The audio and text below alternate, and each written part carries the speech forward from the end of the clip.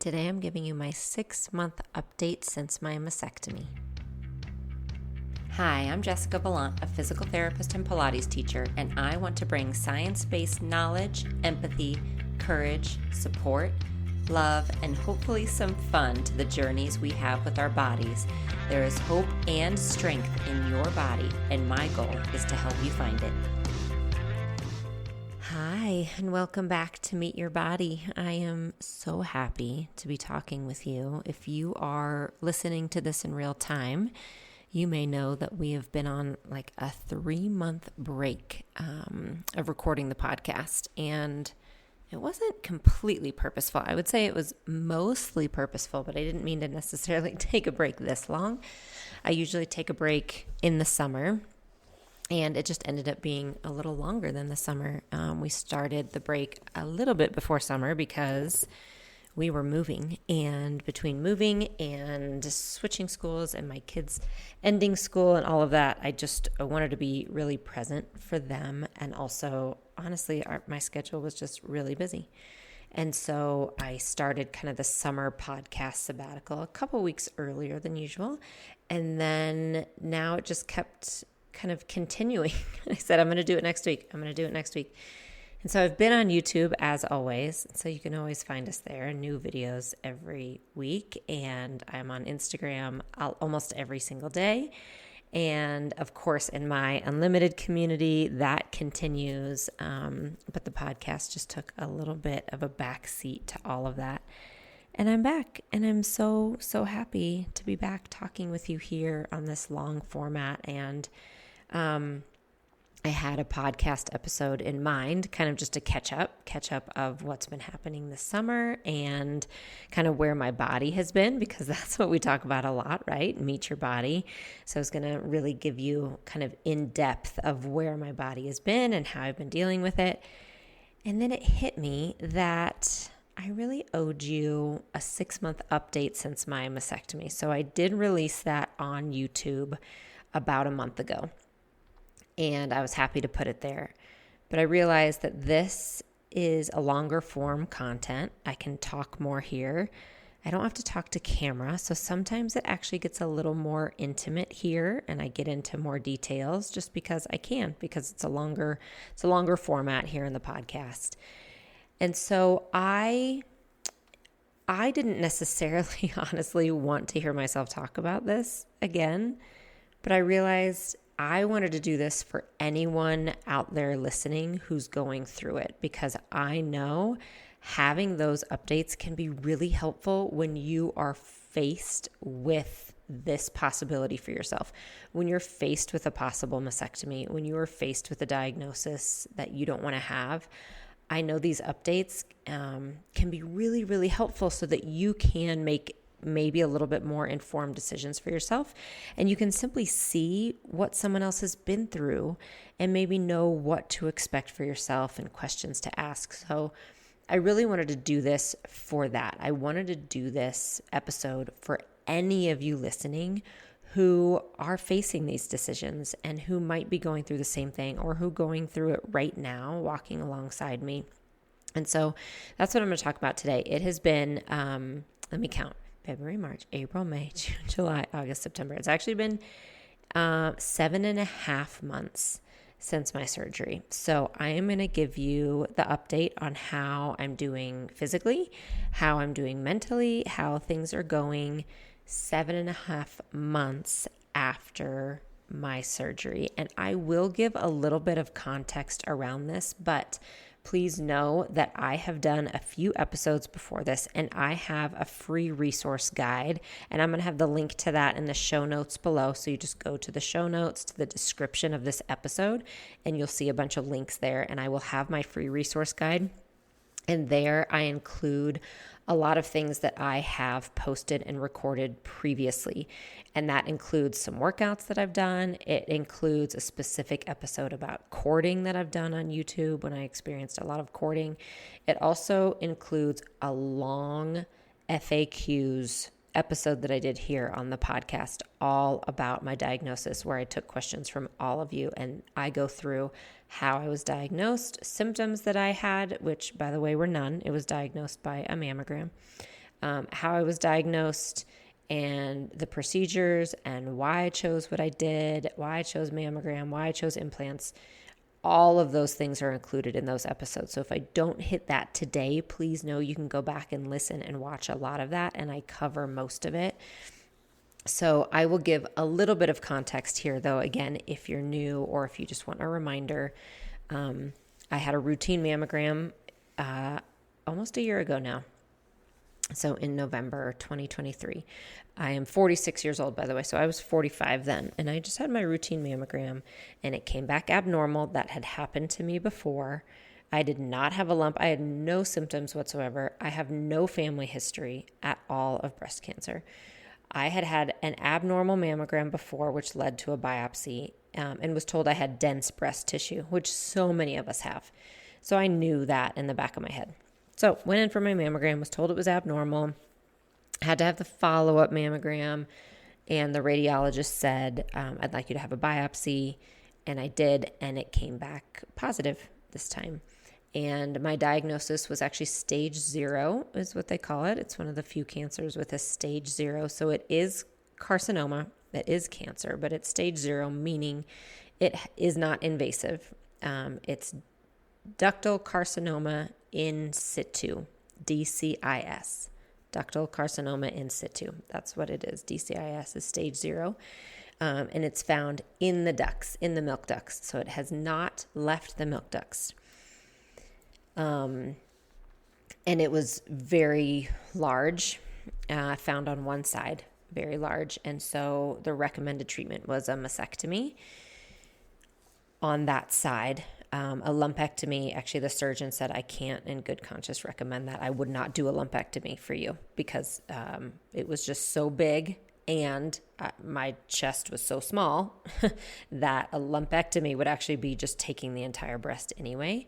And to be honest, and again, I go through this in previous episodes, so I don't need to here, but I probably would have had a mastectomy anyway instead of a lumpectomy.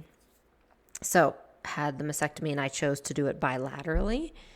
So I chose a bilateral mastectomy instead of just one side.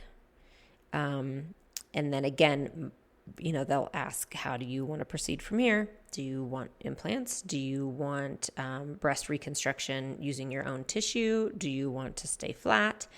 And so I chose implants. So I had reconstruction done at the same time. So it was the same surgery.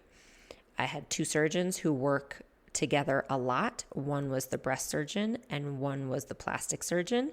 So quite literally, I went under anesthesia. The surgeon took one off, and when she went to the other side to start working on that, the plastic surgeon started reconstructing the side that had already been taken off. So it was all done in one surgery. So I did not have expanders. So you will not hear me talk at all about expanders because I did not have them. I had it all done in one surgery. Another thing I really, really like to point out is with with my situation, DCIS, my lymph nodes came back clear. So I was extremely lucky. It was caught early. My lymph nodes came back clear, which means it had not spread.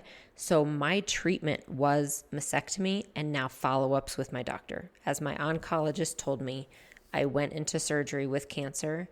I came out of surgery without cancer which they found out later because after surgery, they do the pathology on all the tissue and they do the lymph node biopsy and all of that came back negative. So I can't speak to chemotherapy or radiation or tamoxifen or medication because that was actually not a part of my treatment plan. I had a double mastectomy to remove the cancer. And then I had implants put in. And then now I see my surgeon, my plastic surgeon, and my oncologist for years for follow-up visits.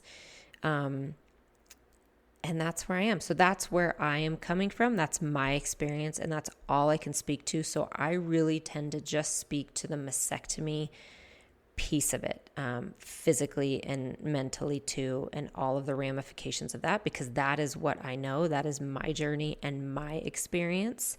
And so I come at it from a very personal place and also from someone with a physical therapy background. So that is what we will jump into today. So we will talk, I kind of was going to divide it into physically and mentally, but I have a feeling they're going to overlap a little bit. But let's talk physically, because I can come at it from like the scientific, facts kind of place. So I am at this point, like, how would I say? I am allowed, let me start with that. I'm allowed to do whatever I want. And that happened probably at about, 3 to 4 months after surgery. I would say I was given the green light to like do whatever activities I wanted to do. And that happens a lot after surgeries. And I tell my clients that that's a good thing. Like, that's great. That means that we are now allowed to do whatever we want, and we don't have to worry so much about injuring the surgical site, right? Like, the tissues have healed, scar tissue has developed if needed, because sometimes it does need to develop. Scar tissue isn't always bad. So those things have happened so that the tissues have healed, and you're allowed now to do whatever you want. But I could not do whatever I wanted. I wasn't physically able, but that's when I was allowed to. And that's a really, really, really big time. Like, that felt really important to me that I was able to do that. And so looking back, like, I want to be able to give you an idea of when I was able to start, like, actually then doing things. And some of this was a little bit different because I experienced cording. And again, I have a whole YouTube video on that. But basically, it can happen with the sentinel node biopsy with a lymph node being removed. It taxes and inhibits your lymph system. And so for me, it was pain down my arm, very, very tight tissue down my arm. I didn't get much swelling, but I had pain and stiffness, and that pain remained for a while. So that was there for a few months, and I would say it was right around the 4 or 5 month mark after surgery that started to resolve. But my activities were limited a little bit because of the cording, because like heavy lifting can make it worse, and using that arm can make it worse. So even though I was allowed to start doing some things, I did have my own physical therapist, and she specialized in breast cancer rehab. I cannot recommend that enough. She specialized in breast cancer rehab, and she worked with me to understand kind of my cording and how to make sure I wasn't making it worse and to balance it. So once, like, it was just a progressive me starting to lift a little more, starting to really slowly work into being on all fours, then being in planks, then starting to lift weights over my shoulders, and so many things that you do progressively. So that really it was probably at the 6 month mark that I was like, oh, I feel pretty free to do what I want at this point. Again, I didn't know what I could do, but I felt free to try just about anything at about 6 months. I have almost full range of motion.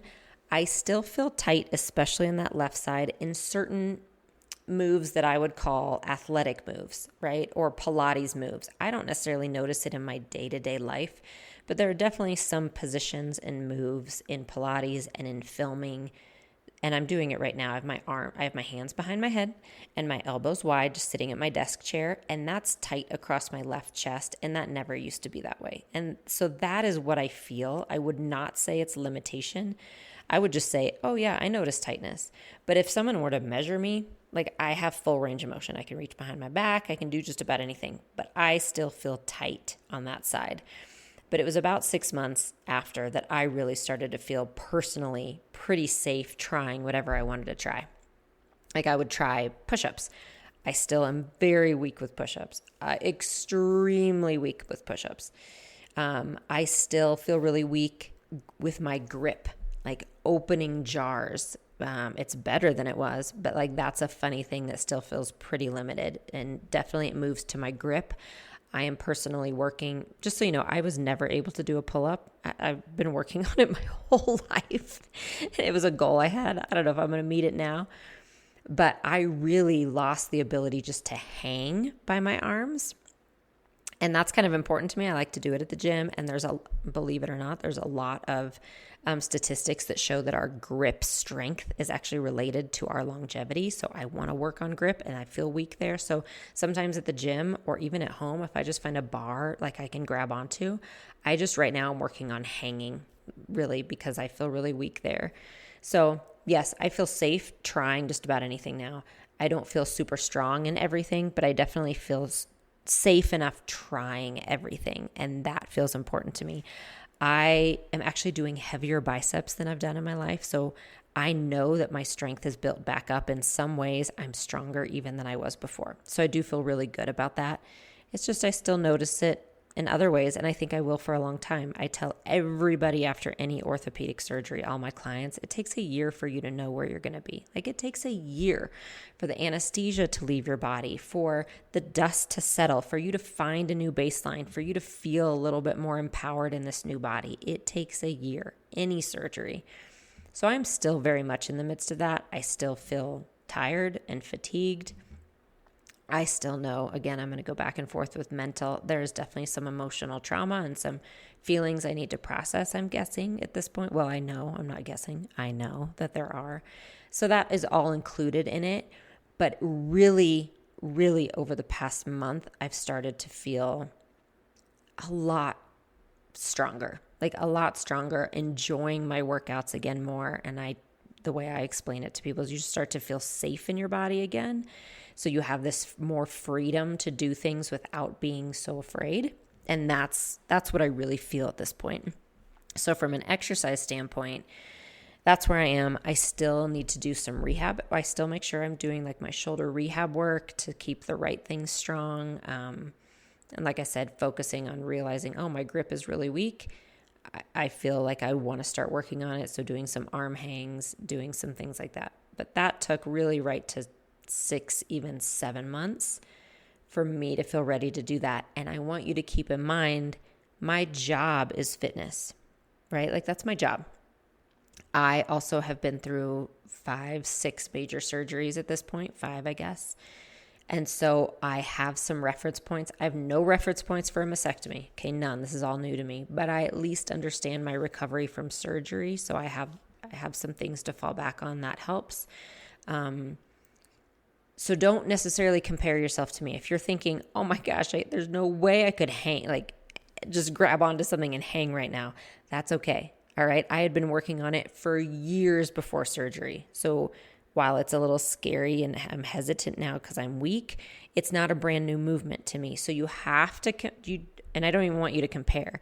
I just want to make sure that you are running your own race. I'm just giving you some reference points, I guess, and being honest about where I am. But please run your own race and just know that just forward movement is what's important. Like, are you moving forward? Is your healing starting to show that upward trend, right? Do you feel like you're getting stronger?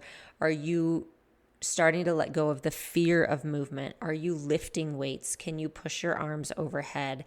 All of that. And again, knowing, okay, if you're going through chemotherapy, this is an entirely different discussion. The fatigue can crush you. I know that. And so don't at all compare yourself to other people. Just again, make sure you have a physical therapist that you're seeing who specializes in this. Make sure if you have lymph node situations and lymph system issues like I did, that you are maybe using a compression sleeve or getting help for that. Make sure you're getting that under control. Make sure that you're doing the basic moves, walking every day. Make sure that maybe you can't lift 10 pounds, but maybe you can lift 5 pounds. There's a fine line between protecting yourself and stopping to move out of fear. And so, yeah, I'm going onto a soapbox here, but really I feel so strongly about making sure that you and all of us feel safe in our own bodies. And a lot of times we need a teammate, a team on our side for that. And so this is where I am. But again, keep in mind where I was before. And so I am working my way back to that with the understanding truly that before I really did have a goal of doing a pull-up sometime in my life. I really did. I didn't see a reason I couldn't if I worked enough on it. I don't know. I really actually don't know physically if I'll be able to again with the compromise now in my pecs and with the implants and stuff. I don't know. Maybe. I'm not saying not. I'm just saying that goal has changed a little bit because I just don't know. And there are other things maybe I'll work on instead. So that's where I am there. The cording is pretty much completely gone. Like I don't notice it at all anymore. I have a feeling I feel like this summer, maybe one time I did a lot one day, like maybe with moving or something, and I felt it a little bit. So it's something I'm still going to keep an eye on. And I still feel the tightness, like I said, across my chest, but definitely the cording has resolved, and that is awesome. Another huge thing physically is so how I feel. So I've talked about kind of strength and exercise and physical abilities. But then there's a whole other piece physically, for me at least, that revolves around how they actually feel, like how my breasts and my chest actually feels. So I'm going to get into that in just a minute. But first, I'm going to tell you about something that really helped me quite a bit while I was going through my cording. So, quick story, and again, if you've watched the cording video, you'll know this. But during the cording, and I was doing a lot of my own rehab and a lot of my own self-massage every day. I would sit in front of my own red light and I would do my self-massage. And I wanted to find some kind of oil or body lotion to help me with that. And so I found something called the Andaria Body Oil by Osea. I had been wanting to try it for years. That was my excuse to finally try it. And there is something about getting that oil and sitting and doing my own massage. It was the perfect viscosity. It was light. It has this beautiful scent to it. And I really started to see it as a true moment of self-care during a really, really hard time. And I ended up posting about the body oil and recommending it to people in this video. And Osea reached out to me and they sent me some oil to help. And they sent me a few other products. And I ended up falling in love with all of their skincare. And I really, truly, truly appreciated their support so much during that hard time that now I want to pass that on to you all and anyone else who might benefit as well. So I have a coupon for you. You can use code JessicaV10. That's JESSICAV10 to get 10% off your entire order. And I am going to have the link to Osea below in the show notes, and I'll have a link to the body oil as well. But if you are going through something like this, if you need to do your own massage for cording, I found that this oil specifically helped so much. And now I'm using their body butter as well. I'm using their face creams and their serums, and I truly love all of it. And it's a great company that you can feel supported by. So use code JessicaV10 for 10% off, and I'll have those links below.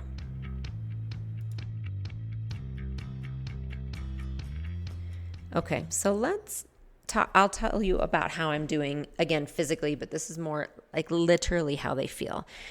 So if you listened to anything or even followed me on Instagram in the early days after my surgery, I had extreme hypersensitivity from the nerve damage. And that can happen after a mastectomy. So there are so many nerves cut, so many during a mastectomy, that they really go haywire. I mean, they go bonkers. And it's like live wires. I mean, that's truly, your nerves are wires. And so when you cut them, they're live wires. And it takes them a while to find their connections again and calm down. And mine did go bonkers. And I am talking like, some of you were around me during those early days. I would have to pull my shirt away from my breasts and blow on them. Like I would have my kids come over. I'm like, just blow on them, blow on them. I don't know how to explain it. This is how I would explain it. The worst possible sunburn you've ever had in your life, combined with open wounds like that were trying to scab and could not scab. So anything touching it, and I am talking water from the shower, touching it, and it hurt so badly. And I'm not saying that to scare you. I'm telling you because I feel like no one really told me. I did not know that was a possibility. I had to do my own research and ask about it. And I got really scared if it was going to last forever, and it did not. Okay, it did not. It got a lot better around 3 months after surgery. And then again, now at this point, that piece is just about all the way gone. And I am so thankful because it was very, very painful and very uncomfortable. I did go on medication for it. My doctor was helpful with that. I went on gabapentin for a few months, which did help a lot. And I'm off that. I've been off of it for a few months. So that part resolved. The thing is, I now don't really remember what, and this is going to sound so weird, but I don't remember what normal breasts would feel like. So it's hard for me to think, like, what I feel now, is it still some of the nerve stuff? Is this what I'm going to have? Is it not? So I am half numb, and that's common too. You will be numb possibly the rest of your life after a mastectomy. I had nerve grafting done, though, which is an extra procedure you can ask your surgeon about, find a surgeon who might do it. I had nerve grafting done with the possibility of getting feeling back within 2 years, but it'll take 2 years to know if I did. So I would say they're like 60% numb. I have a couple spots that I can feel kind of completely that feel normal. And then most of it is like halfway. Like, that's about it. And sometimes I get sharp shooting nerve pain. It still does not feel great for water from the shower to hit them. Like, my nipples specifically can really hurt. And by really hurt, that's what I mean. Like, compared to that nerve pain I had originally, this is nothing. And this might just be what it is. I mean, it might just be what it is. And I just don't know. I really don't. I can tell you that they don't feel like my own. Like, they absolutely do not feel like my own. There's a disconnect between me and my chest. Like, sometimes I'll just kind of feel them and move them around because they just feel like clay. They don't feel like mine. I'm sorry if that sounds weird. I don't mean it to, but that's just truly what it is. And I've read that that's common. Like, it's a common disconnect, especially in the first year. On like, oh, this isn't mine. And so one thing I can tell you that I did a lot of, and I still do, and I highly recommend as a PT and also as an individual going through this, you have to touch them. Like, you have to, again, use oil, use cream, use something. Talk to your PT about how to do your own self-massage gently. You've got to get on and touch them. One, from just a nerve standpoint, that is how we help desensitize them. So, I mean, even in the midst of all that pain, I had to take a dry washcloth and work on them. So it helps with that, but it also helps you connect to them. Like, stand in front of a mirror and look at them and massage them and see what's going on and check out your scars. It's really important mentally and physically. So I still do that, and I still feel disconnected from them, and I still don't quite have feeling. And it still doesn't feel good to take bras on and off, kind of pulling on them. They're kind of tight. So I don't know. That's where I am. And I don't mean to not give clear answers, but it gets hard. It's personally hard to be in that spot still. But at the same time, I'm so thankful. It was caught. And if this is my alternative, then that is fine. I will take it. But yeah, to be honest, they don't feel great. And I don't know if they ever will. I'm hoping they feel better at some point, but it is a heck of a lot better than it was. And it does not limit me from doing whatever I want to do. It just doesn't feel like mine. So how am I doing mentally? I would say that last piece where I talked about how they feel, that's a big part of the mental component for me now, actually, is probably a little sadness that they don't feel like my own, that, wondering, are they going to feel better? Am I going to get feeling back? Am I not going to get feeling back? I hope, though, some of the numbness goes away. Like, I think that's a big part. If there's a mental load on me about it, it's that part at this point right now. And then another piece, honestly, is guilt. Why did I get so lucky? Like, why am I just so lucky that they caught it early? And there's no answer to that. I know that. There's no answer. And so sometimes I do feel guilty about how I got to be one of the lucky ones. And then with that guilt, also, like, hand in hand is just so much gratitude. So much gratitude that it was caught early. So much gratitude that I am here with my kids. So much gratitude that I'm able to move and still work out and have use of these arms. So much gratitude for testing right now and the great doctors that I had, and getting into surgery so quickly, and so much gratitude, like so much overwhelming gratitude for the community of women who supported me and reached out to me and offered me advice and offered me really tangible things to help. Like, I know I've said it, but an unlimited member who homemade a drain belt for me and sent it to me. And then another dear friend who had a quilt made for me that I literally laid under every single night. And then 2 friends from years ago who I hadn't spoken to in so long here in Denver, who saw my diagnosis and immediately said, we're going to coffee, because they had both been through it. Like, those things are absolutely, it restored in me the beauty of humanity. Truly, it truly did. And I feel extremely lucky that I was able to see it and feel it. And so thank you if you were a part of that. And if you are going through it right now, all I can say is I promise you're not alone. I know it feels like you are a lot of the time. And I know no one can help you with answers. No one can help with that. But I promise you are not alone. Like, that I know. That I know. It is a very, very strong community of women who've gone through this diagnosis. And I feel, just gratitude. I feel a lot of gratitude for that. And then at one other piece, this isn't the best place to mention it, but so many people ask if I have regrets.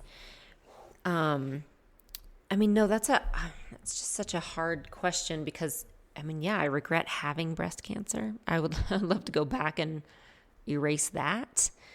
I say it all the time, and I'll keep saying it, that when a diagnosis like this is forced on you, you are required to make a lot of hard decisions in a short amount of time. And those are decisions you never wish you had to make. It's choosing one bad thing, versus another bad thing, right? Like mastectomy with implants, mastectomy without implants, or lumpectomy, which one? You don't want any of those, right? Like, I don't want any of those things. Can I just back up and not have any of them, please? So the regret question is hard in that way. Because right, you wish you could take it all away, to be honest, but you can't. So, but in my situation, no, I don't. I do not regret going straight to implant at all. I do not regret getting implants. I do not regret having the nerve graft and trying it. I don't know yet if it's going to work, but I don't regret that. Like, I trust myself and my decision-making process. And I had, my husband and I, we have been a team for a really long time. So I already had trust in him as a co-counselor amongst this and a co-decision maker.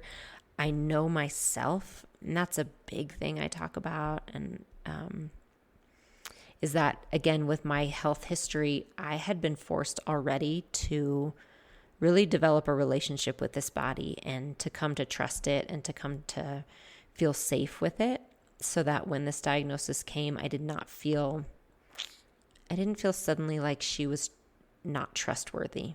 I didn't suddenly feel like I was being attacked. I just felt sad. Like, oh my gosh, we're going through this.